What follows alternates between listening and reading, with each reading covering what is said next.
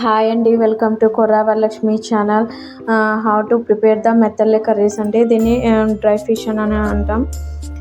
So first ఒక కళాయి తీసుకోవాలి. కళాయి తీసుకొని ఆయిల్ వేయాలండి. ఆయిల్ వేసిన తర్వాత డ్రై ఫిషెస్ వేయాలి. డ్రై ఫిషెస్ వేసిన తర్వాత ఫ్రై చేయాలి.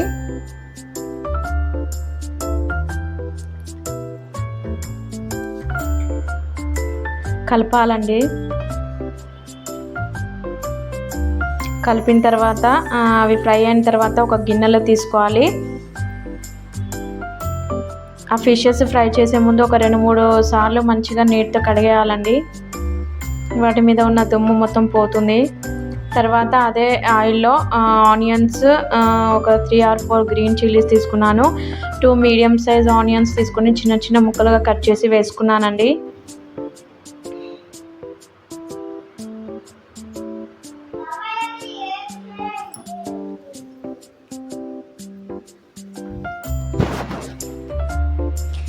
ఆనియన్స్ తొందరగా మగ్గడానికి సాల్ట్ వేసాను.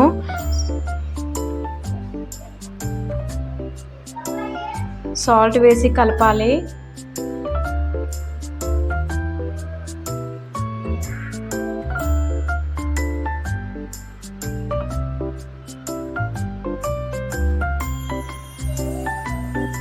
టూ మినిట్స్ కుక్ చేద్దామండి ఆనియన్స్ మగ్గడానికి. తర్వాత లిడ్ ఓపెన్ చేసి ఒకసారి కలపాలి.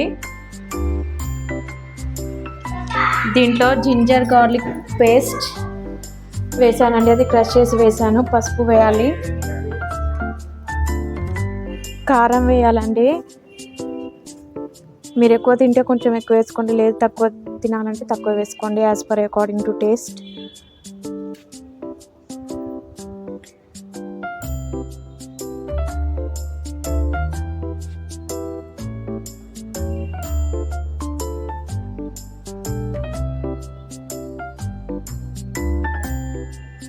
కొంచెం ధనియాల పౌడర్ వేసానండి. ధనియాల పౌడర్ వేసి మిక్స్ చేయాలి. మిక్స్ చేసిన తర్వాత 3 టమాటోస్ తీసుకున్నానండి. 3 టమాటోస్ని చిన్న చిన్న ముక్కలుగా కట్ చేసి వేయాలి. దాంట్లో చాలా బాగుంటుందండి ఇది. జొన్న రొట్టెల మీద తినండి, చాలా సూపర్ అంటే సూపర్గా ఉంటుందండి. టమాటోలు వేసి మిక్స్ చేయాలి.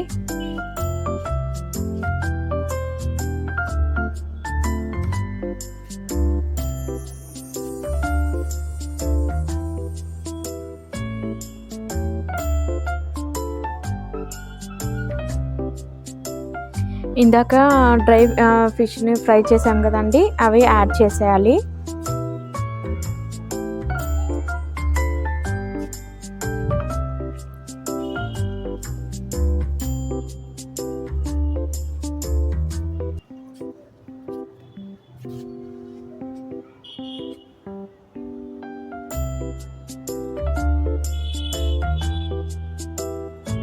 యాడ్ చేసిన తర్వాత ఒక 2 మినిట్స్ మగ్గాలండి.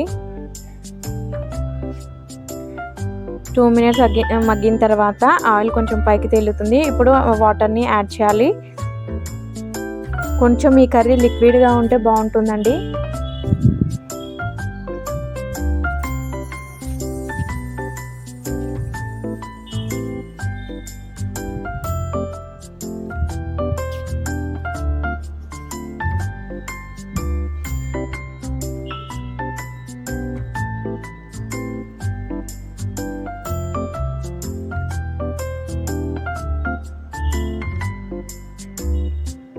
ఆ వాటర్ వేసిన తర్వాత